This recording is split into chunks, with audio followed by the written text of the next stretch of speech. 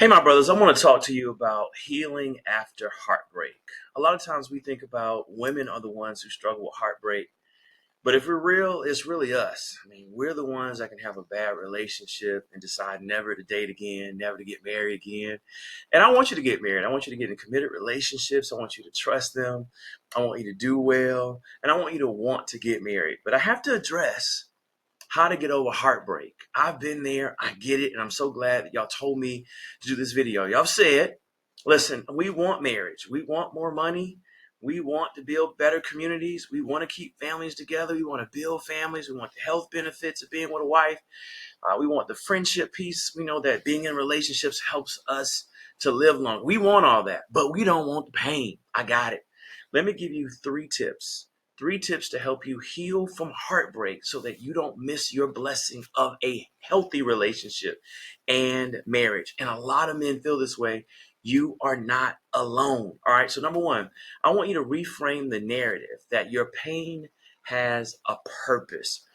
Heartbreak doesn't define you, it refines you. It refines you. All right. So, cognitive behavioral therapy, CBT, which is what we do as psychologists, shows you that how you frame or reframe a breakup helps you. So, if you look at it and say, hey, love doesn't work, I can't trust women, I'm no good, that's a fixed mindset. You're not going to want to date. Why would you want to fail again? But if you reframe it and say, hey, you know what? I was immature, or I didn't have the relationship skills that I need. I need to pick those up. Or I just straight dated the wrong woman, right? Romans 8:28 says, and we know that in all things God works for the good for those who love him and who've been called according to his purpose. That's why it's the benefit and a blessing of being a believer. It gives you a whole nother coping mechanism to be resilient and strong and have faith, even in the midst of pain, which is what Jesus demonstrated with his persecution. We can have everlasting life and happiness even after persecution, right? So God can use your past relationships to mold you into the man he's calling you to be and to pick the right partner. And let me just be personal for a minute, right? So one of the things that I realized I was doing wrong was that I wasn't necessarily dating really nice women. I was dating women who were Venus flytraps. A percentage, right? My negative relationships I've had mostly positive, but the negative relationships I had, they were pretty.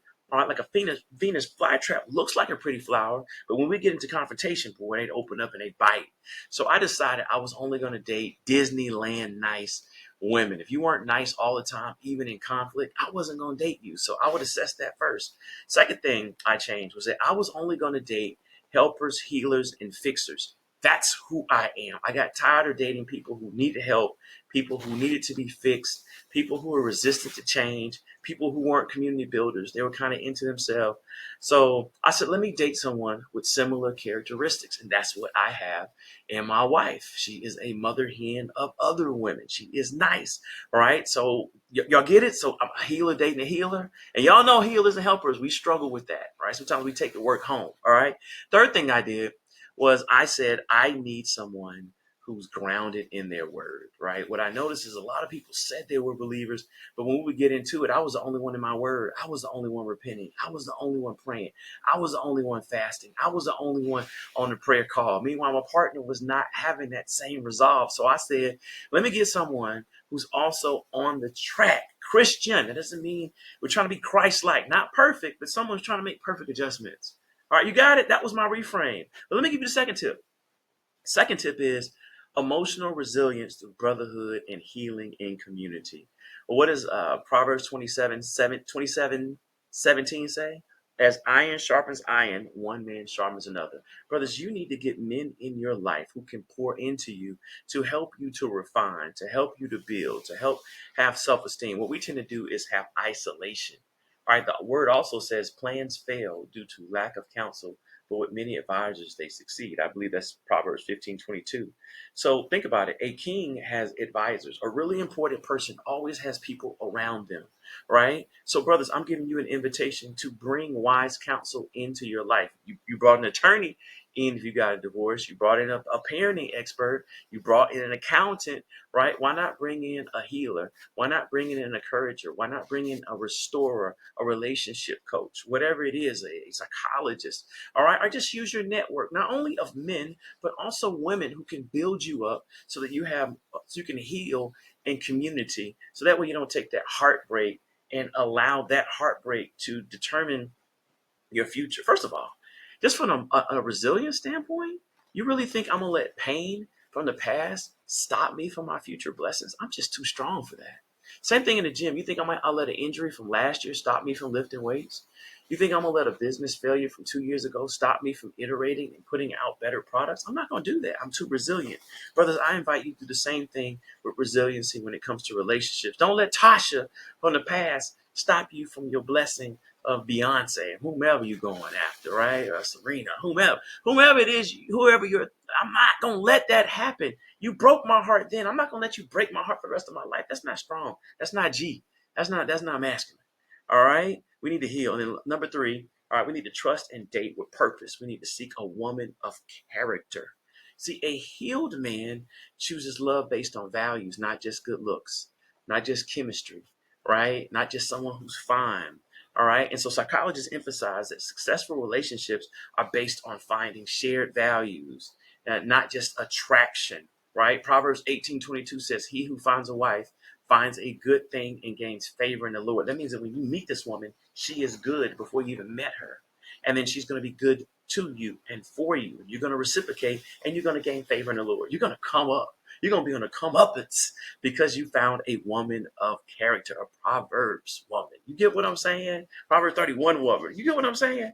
All right. So instead of fearing heartbreak, and dating to not get hurt and having these situationships and never committing and being scared, brother, that is weak. And I'm not judging you. I'm just saying it's weak because we're letting pain and fear dictate our behavior, and that's not us. I want you to operate on faith by finding a woman who shares your vision for life, family, love, even economics, right? Children, spirit, and even can upgrade it. The most time we get upgraded.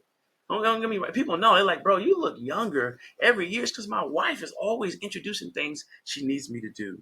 So when you date with intention, trust becomes easier, and then you begin to, like myself, be able to heal because the woman in front of you is better than the women in your past.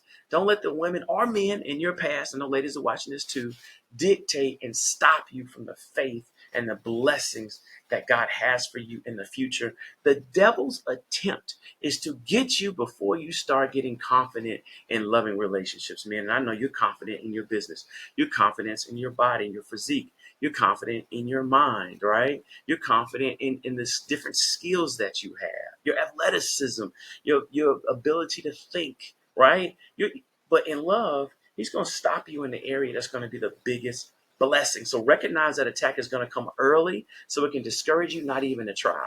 But now that we've identified that attack of the enemy, now I want you to move above that, beyond that, over that, around that, through that, and find the woman of your dreams who can be your rib and you can be her protector. All right. God wants you to get into healthy relationships to where you want to be married versus feeling obligated. I love you, brothers and sisters that were blessed by this. All right, let's go. Let's heal. Let's get over our heartbreak so we can benefit from the blessings of marriage, which we know are greater money, greater health, and greater happiness. That's a lie to miss out on, my brothers, because Tasha hurt you in third grade. Love y'all.